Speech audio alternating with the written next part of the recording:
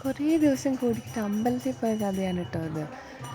അമ്പലത്തിൽ പോകണമെന്ന് കുറേ ആയിട്ട് വിചാരിക്കുന്നു. പക്ഷേ ഓരോരോ കാര്യങ്ങൾ കാരണം എങ്ങനെ പോകാൻ കഴിഞ്ഞില്ല. അങ്ങനെ എന്തായാലും ആ ദിവസം വന്നെത്തി. ഒരു വൈകുന്നേര ദിവസമാണ്.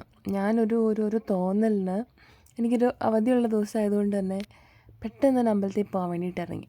എനിക്ക് കുറച്ച് നേരം അമ്പലത്തിൽ പോയിരിക്കുമ്പോൾ നല്ല സമാധാനമായിട്ട് റിലാക്സ്ഡ് ആയിട്ടിരിക്കാനാണ് ഇഷ്ടം. പക്ഷെ നല്ല തിരക്കായിരുന്നു അമ്പലത്തിൽ. എന്നാലും സാരമില്ല, ഭഗവാനെ കണ്ട് കുറേ നേരം ഇരുന്നു തൊഴുതു, ഭജനൊക്കെ ജപിച്ചു. അവിടുന്ന് ഭക്ഷണം കഴിച്ചു. എന്തോ വിശേഷ ദിവസമായിരുന്നു. പക്ഷേ എനിക്ക് എന്താ സംഭവം എന്നൊന്നും അറിയില്ല. കാരണം തമ്മിൽ റിലേറ്റഡ് ആയിട്ടുള്ള എന്തോ ഒരു വിശേഷമായിരുന്നു.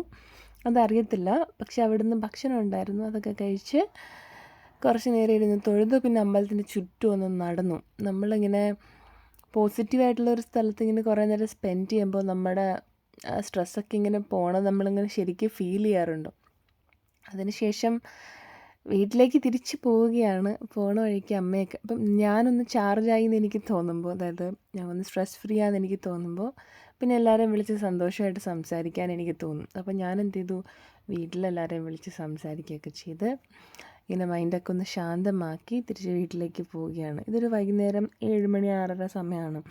അപ്പം ഞാനിങ്ങനെ സാരിയൊക്കെ ഉടുത്ത് പോയപ്പോൾ എല്ലാവരും ഇങ്ങനെ നോക്കി, ഇതെന്താണ് ഇങ്ങനെ പതിവില്ലാത്തൊരു കാഴ്ച. കാരണം അവിടെ അമ്പലത്തിലിരുന്ന് കുറേ പേര് സാരിയൊക്കെ ഉടുത്ത് വരാറുണ്ടെങ്കിലും ഞാൻ തൊട്ടടുത്തല്ലേ. അപ്പം ഇങ്ങനെ നടന്നൊക്കെ വരുന്നത് കണ്ടപ്പോൾ അപ്പം ഞാനതൊന്നും മൈൻഡ് ചെയ്യാതെ തിരിച്ച് വീട്ടിൽ വന്നു. വീട്ടിൽ വന്ന് കുറച്ച് നേരം ആകാശമൊക്കെ നോക്കിയിരുന്നു, അത്ര തന്നെ.